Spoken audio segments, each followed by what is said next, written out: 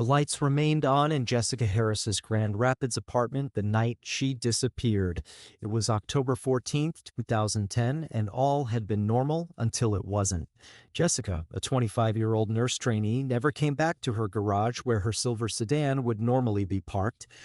Her neighbors saw her leave the building at about 9:30 p.m., carrying a small purse accompanied by a tall man wearing a black jacket.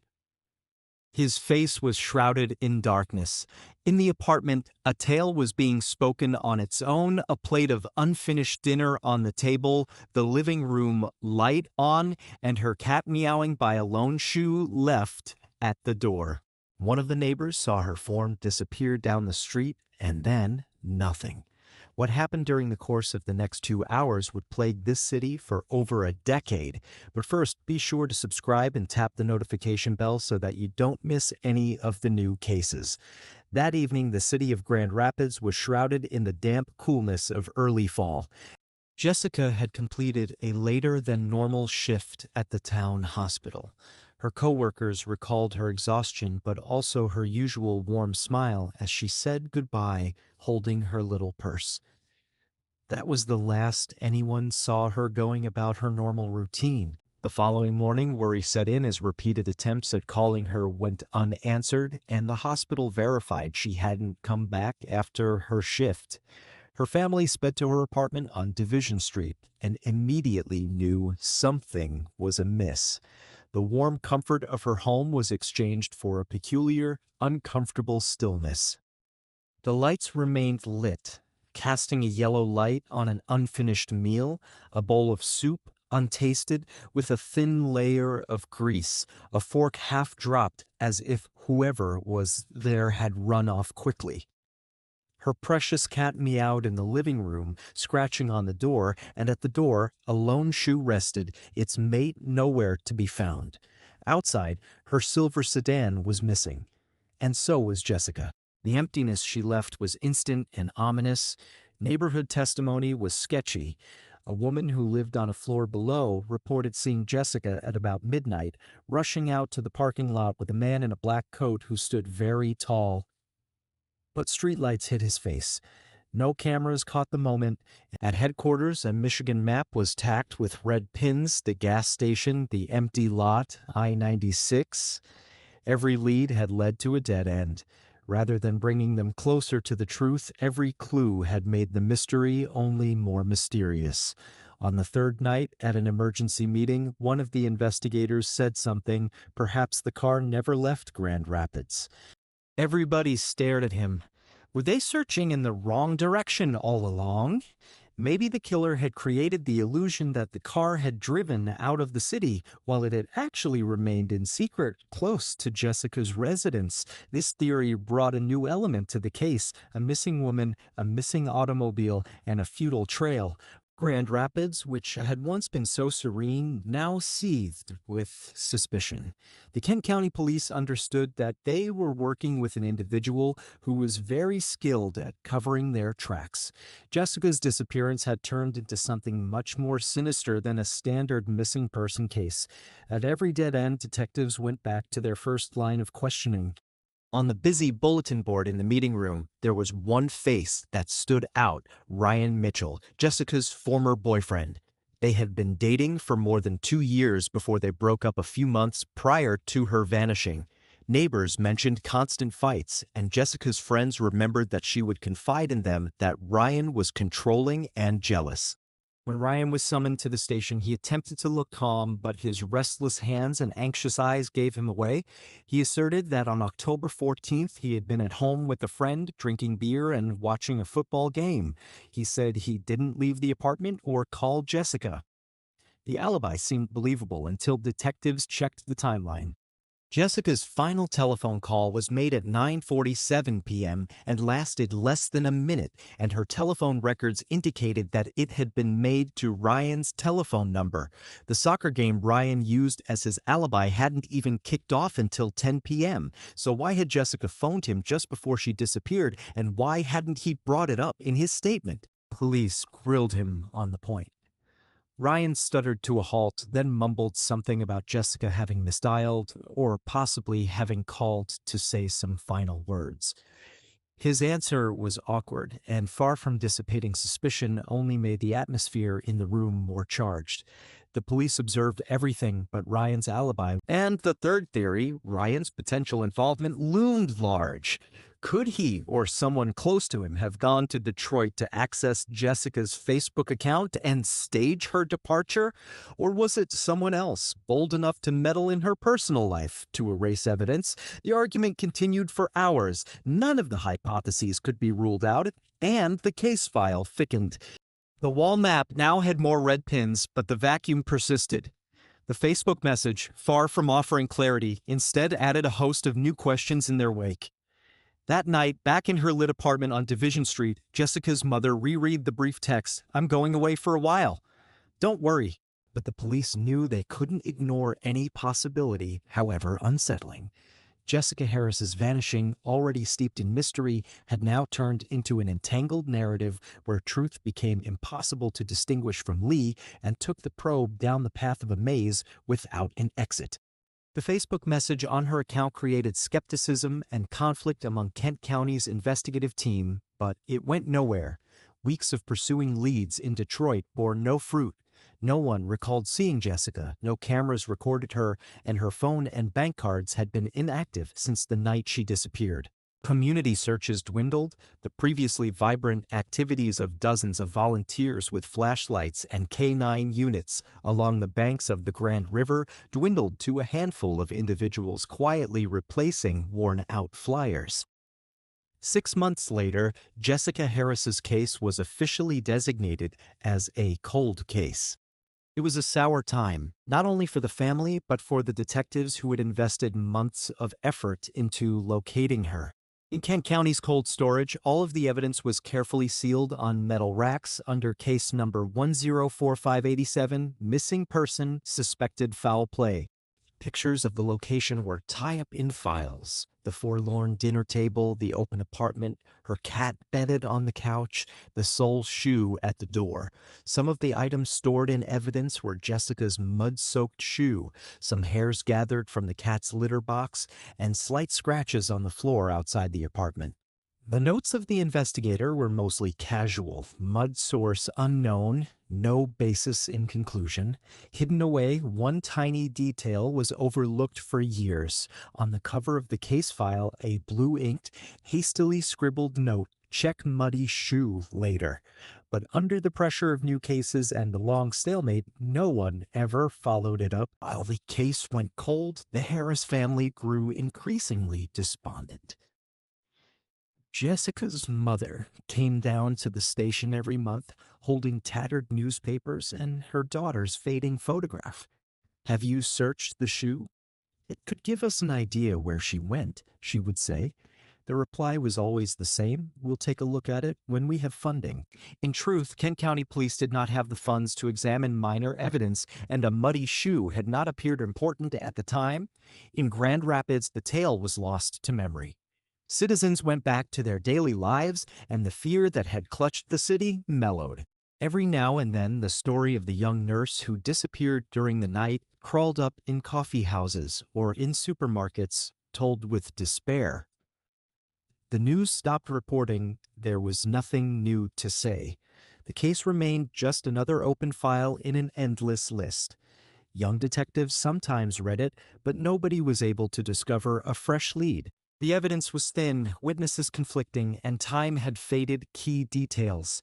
Jessica Harris's case lay silently in the cold case file, with only a few scribbled notes, some evidence in hand, and a haunting recollection on the part of her family. They had no idea that one tiny detail, the muddy shoe and its scribbled message, would prove to be an important key in the future when DNA technology improved and a new wave of investigators reopened the dusty case.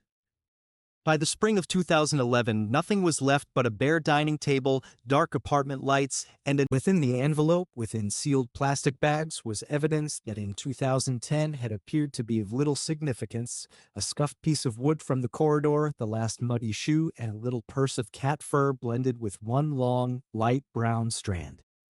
The first report described it briefly. Curtly hair fur sample. No analysis performed. It had never been analyzed. Monroe saw an immediate potential critical failure. Why would a human hair be in Jessica's cat's litter box? It obviously wasn't hers. If it was from a guest, why would it be in a location that only the apartment owner would handle?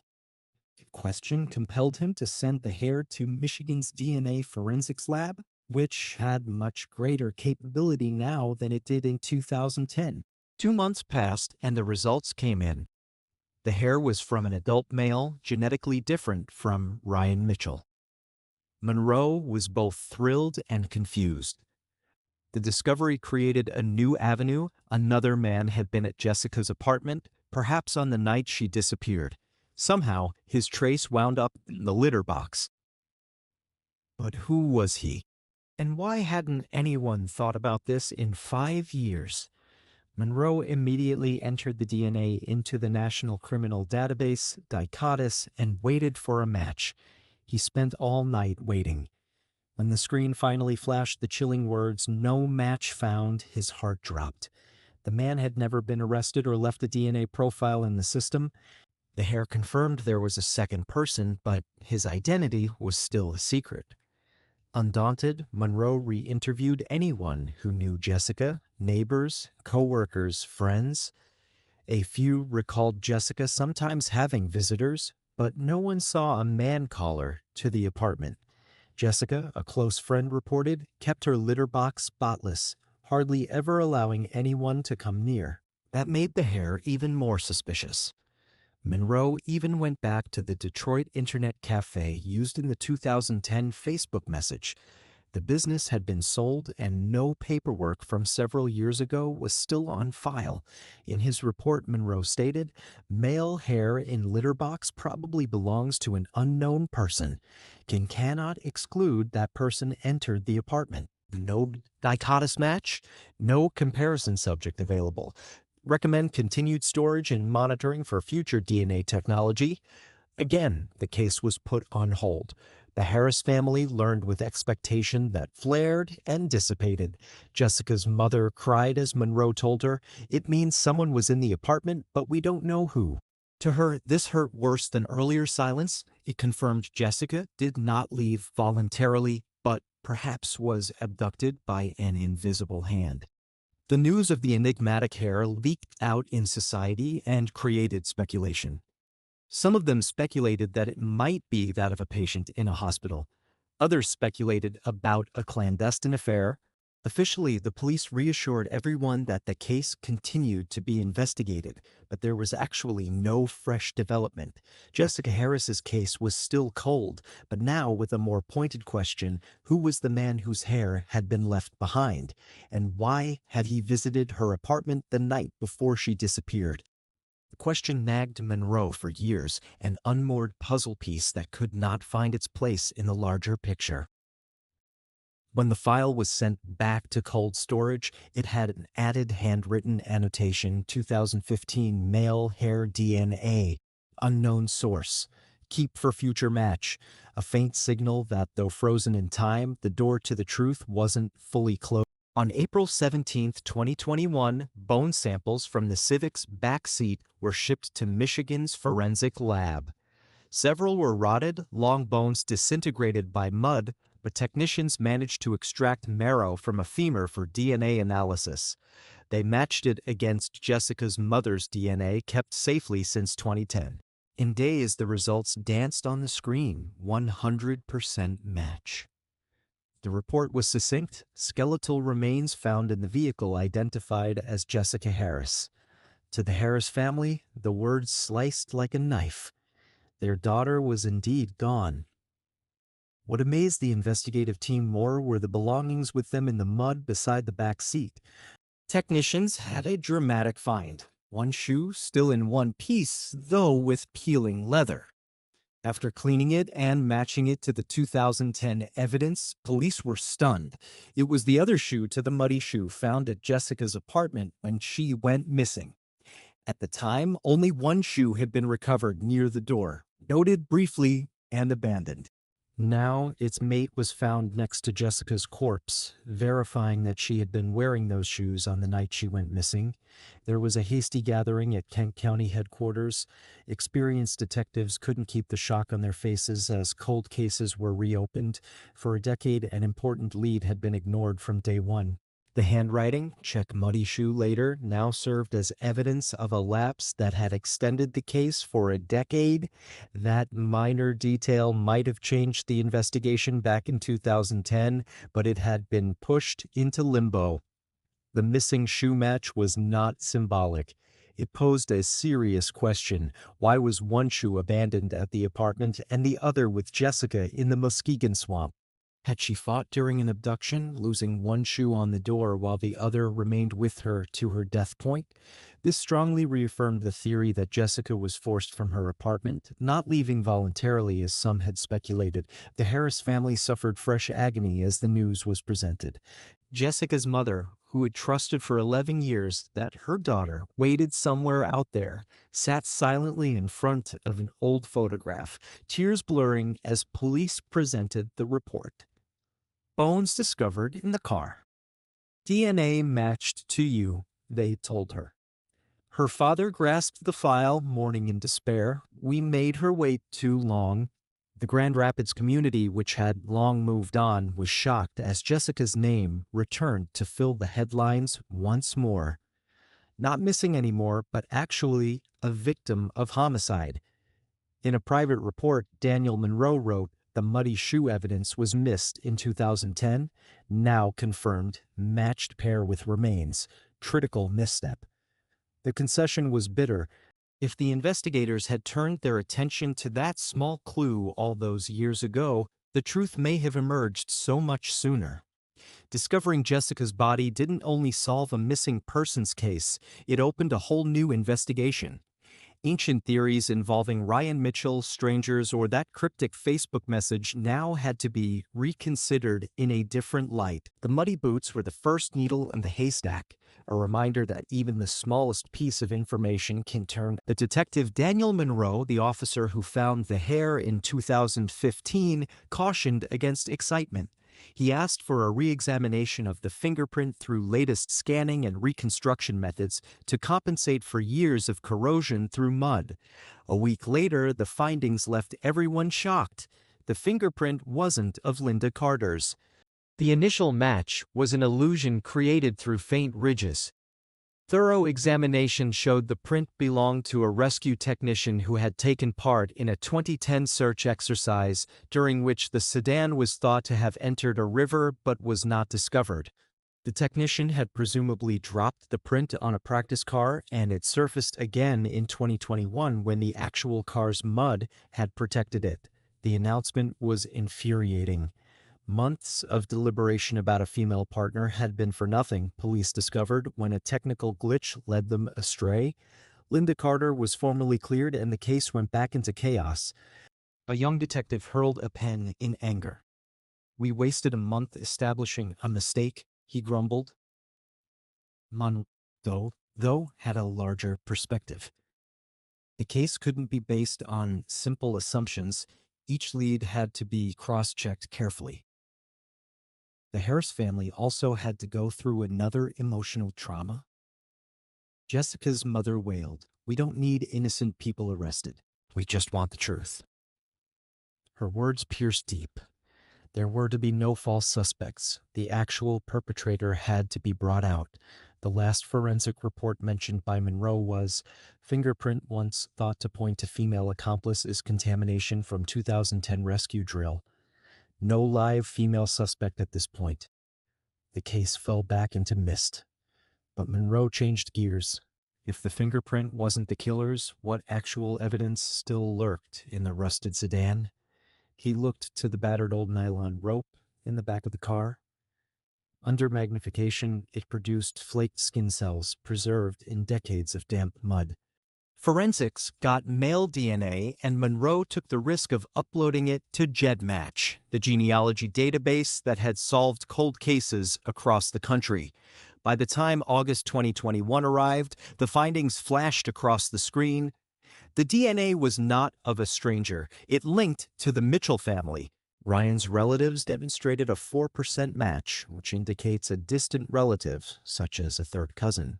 Suspicion long pushed aside since 2010 resurfaced with full force. Could Ryan not have committed the deed himself, but someone from his family been the perpetrator of Jessica's murder? Before the team could coordinate their approach, another report came in. In addition to the Mitchell link, the DNA of the rope was also found to match a lineage close to Muskegon County, only an hour from Grand Rapids, where they found the car. Jed Match reported a 34% match. His eyes locked onto interrogators in the questioning room. "You just want me to be the killer because I was her ex," he stated, "but I didn't do it." Monroe watched each spasm. Grilled about the 2-hour telephone blackout, Ryan hesitated for a moment before deflecting and then let it blow. "There's something you don't know. Jessica had a secret affair with one of the doctors in the hospital. That guy was powerful and had reasons to keep it under wraps at all costs." The room fell silent. Ryan's accusation was in reference to the old gossip in 2010 that the police had denied because of insufficient evidence. Now, the prime suspect's accusation reopened the case. The old files were reopened again, and one particular name leaped out. Dr. Richard Hale, deputy head of the hospital department where Jessica was employed. Earlier whispers were of an unclear relationship with Jessica, but nothing was ever proven. Suddenly, the case landscape shifted. Ryan Mitchell was implicated by DNA, and now a potential influential doctor entered the frame. 11 years after her disappearance, the search for Jessica Harris's truth had only become more intricate and darker. If you want, I can continue from here, covering how investigators start probing Dr. Hale and revisiting every 2010 clue in light of Ryan's DNA and this new lead. Police then decided to re-interview Dr. Richard Hale. The interview was conducted in his attorney's office in Grand Rapids. Hale seemed cold and calm, denying any part immediately. But this time, detectives didn't just take his word for it. They checked his October 14th, 2010 itinerary with credit card receipts, restaurant security footage, and waiter testimonies. All the details verified his alibi. That night, he and his wife and son ate at an Italian restaurant downtown. Departing at 10:15 p.m., surveillance evidence revealed the family walking home. Hale had an impenetrable alibi. Monroe's notes on the report when it hit the investigative table were unambiguous. Ryan made an attempt to steer the investigation in the direction of Dr. Hale. Firm alibi established. Statement taken into account as diversionary. Kent County Police implemented a careful interrogation strategy, questioning each separately, then weighing their accounts. In one room, James slumped, voice trembling. He described October 14th in further detail. Ryan panicked and called for help. Jessica was unconscious from Ryan's blows, blood on her forehead. James insisted he acted under coercion, never intending murder. He assisted in hoisting her into the vehicle, drove to Muskegon, and was part of sinking the sedan. His boots transferred their blood onto Jessica's shoe during the fight, a detail supported by forensic indicators of a minor skull fracture. Monroe commented the admission could be still partially truth, framed to minimize culpability. Ryan Mitchell sat stone-faced in the second room, arms crossed. When advised James admitted, he chuckled dryly. "All lies. You think he's telling the truth?" Ryan had stated James had murdered Jessica and had only showed up later. Ryan had visited Jessica's apartment to discuss something, leaving her safe, Ryan claimed. James then phoned, frantic, stating something was seriously wrong. Ryan stated he only assisted James out of fear of being framed. Police now had two opposing accounts. James reported Ryan struck Jessica out and staged the cover-up. Ryan claimed James murdered Jessica. Monroe summoned an emergency session, setting both accounts alongside each other. Both accounts are consistent with sections of the evidence but contradict in significant ways. Ryan's DNA on the rope is difficult to account for if he was merely there. James' blood in the shoe confirms direct contact. Unquestionable. A crossed-out strategy was used, Ryan presented with the rope DNA, James with the blood on the shoe. Ryan denied that the DNA resulted from an earlier innocuous contact. James said his blood was an accident, from getting hurt during the fight. Both held on to half-truths, creating stories for their own good. Monroe's report summed up, Smith and Mitchell both implicate each other. Physical evidence ties both. Must establish sequence of events. Outside the rooms, the Harris family waited anxiously. Jessica's mom whispered, "Whoever it was, or both, I just want them to pay." 11 years of darkness had passed, and the case had reached its boiling point. It would all come down to scientific evidence, DNA from the rope, blood on the shoes, and cell tower activity. In that instant, Kent County detectives were sure of one thing: Jessica Harris's murder was no longer a solo killer's work, but a two-named crime, each attempting to bury the other in order to stay alive. In March 2022, the courthouse in Grand Rapids was filled to capacity. Ryan Mitchell and James Smith's trial had commenced. After more than a decade of darkness, Jessica Harris's case was finally moving into its climactic moment. If you'd like, I can carry on this next installment as the trial progresses, outlining courtroom tactics, witness statements, forensic tests, and the sensational revelation of who really masterminded Jessica's murder. Would justice at last be done on these tense courtroom days? The Harris family occupied seats in the front row. Jessica's mother hugged a photo of her daughter in a nurse's uniform, eyes streaming but brimming with firm faith. The prosecutor began by recounting the entire chronology from October 14, 2010, when Jessica went missing, until 2021, when the silver sedan was recovered from Muskegon Swamp. All evidence was introduced, the muddy boots, the nylon rope, the shatter-out glass, threads together a cold, coherent narrative. Jessica had not gone missing of her own volition, she had been kidnapped, bound, and murdered by Ryan. The Harris family sobbed. The jury sat in shocked silence.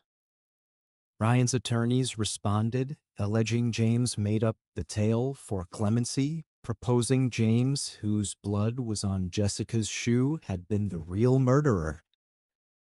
The prosecutor retorted, "Blood on the shoe doesn't establish who hit her, but the rope that held her down, the DNA is Ryan Mitchell's." On the last day, the prosecutor concluded with confidence, Jessica Harris was betrayed and murdered by a person she loved and trusted.